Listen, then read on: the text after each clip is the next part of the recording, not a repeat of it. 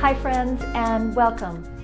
I'm Katy Jo, and if this is your first time here, I created this channel to help us all develop ourselves, get more real, get more authentic, know ourselves better, for us and for everyone around us. Today I want to talk about anger. There's no one I know, certainly including me, that doesn't deal with anger, sometimes in productive ways and sometimes not. I've learned over time that there are a few things that you can do that either prevent anger from happening in the first place, or let you deal with it differently internally, or help you diffuse anger when you're in the middle of it. I want to share 5 strategies.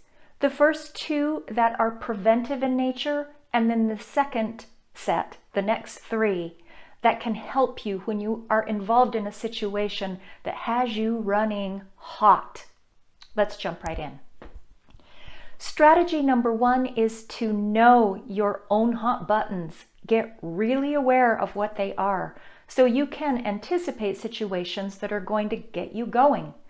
For example, maybe your hot button is around rejection, exclusion, being accused of something, being made fun of, being humiliated. Whatever it is that gets the most under your skin, know that about yourself. Everybody's a little bit different that way. And you might have a really long fuse about some things and a very short fuse about others.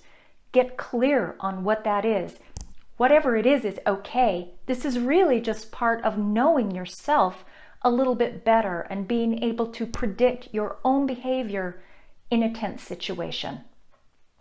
Strategy number 2 is to deal with issues before they become so heated that there's a blow up involved. This is not easy. Sometimes it's hard to even notice when things are building. But I have to tell you, this is such a common scenario when little things stack up over time, and then the blow up comes over something that is equally small, but it's just the straw that breaks the camel's back.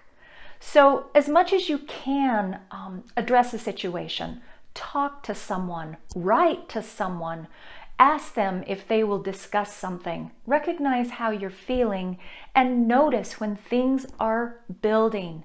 Don't let it go. I have hardly ever seen these things resolve on their own.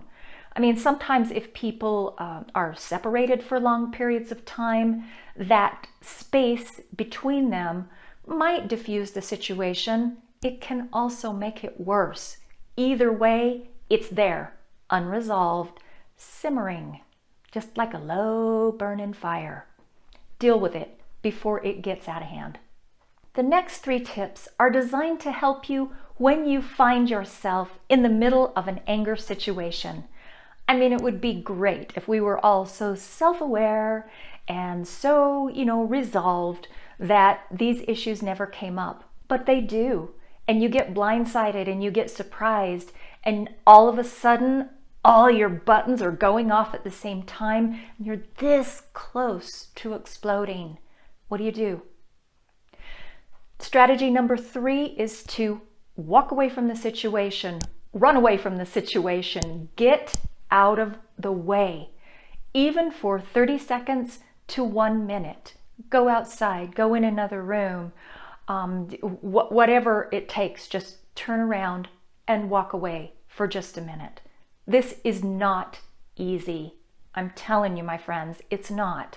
It takes a lot of practice. So you'll want to start practicing on some small things, because when you get in a big situation, it's hard to do. But I'm telling you what, you've got to force that space for just a minute. It gives you time to regroup and go on to strategy number 4. This strategy is deep breathing. Now, I know it's like, oh my God, deep breathing, are you kidding? But I'm telling you, it works because it does 2 things. Just breathing deep will immediately change your physiology and start to reverse the effects of anger. You know, when you're angry and you're heated up and you're tense, and your heart's pounding and everything's just going, deep breathing will start to reverse all of that. You'll cool down. Your heart rate will go down. Your head will stop pounding. Just do it. In and out. Deep breaths. Just that. The second thing this will do for you is give you something to focus on. It distracts your mind for just a second to think about one more breath. Do it again. Just do it again. And as your focus changes and your physiology starts to cool down, this will give you a little bit of space to think about a different response. It sounds simple, but it works. Strategy number 5 is to talk to someone else as quickly as you can. Someone who's not involved in whatever it is that's got you going. Ask for some advice, ask for some perspective. Just get with someone else quickly. This could be an acquaintance, it could be a relative, it could be someone you know, it could be a therapist, some kind of hotline, whatever it is. Talk to someone else as quick as you can. Because I'm telling you, that outside perspective will help you shift too. I mean, just somebody who's not in the moment. It's amazing how clearly you can see things from the outside. Anyone can. Doesn't have to be a professional. Just anyone who's not in it can, give you a moment of peace. And if they know you, they can also speak to your best self and let something else come out in the situation. I hope these strategies help, that you can recognize when something's going on, you can recognize when something needs to be resolved, and if those steps don't quite, hit you first, don't beat yourself up. Just know what to do when you're in the moment. Sometimes you'll fail. It's okay. This is all about knowing yourself, being kind to yourself, growing over time. But give yourself every benefit so that you can deal with relationships in a way that you want to, in a way that preserves them, in a way that's true to you. Hey, thanks for joining me today. I'm really glad that you were here.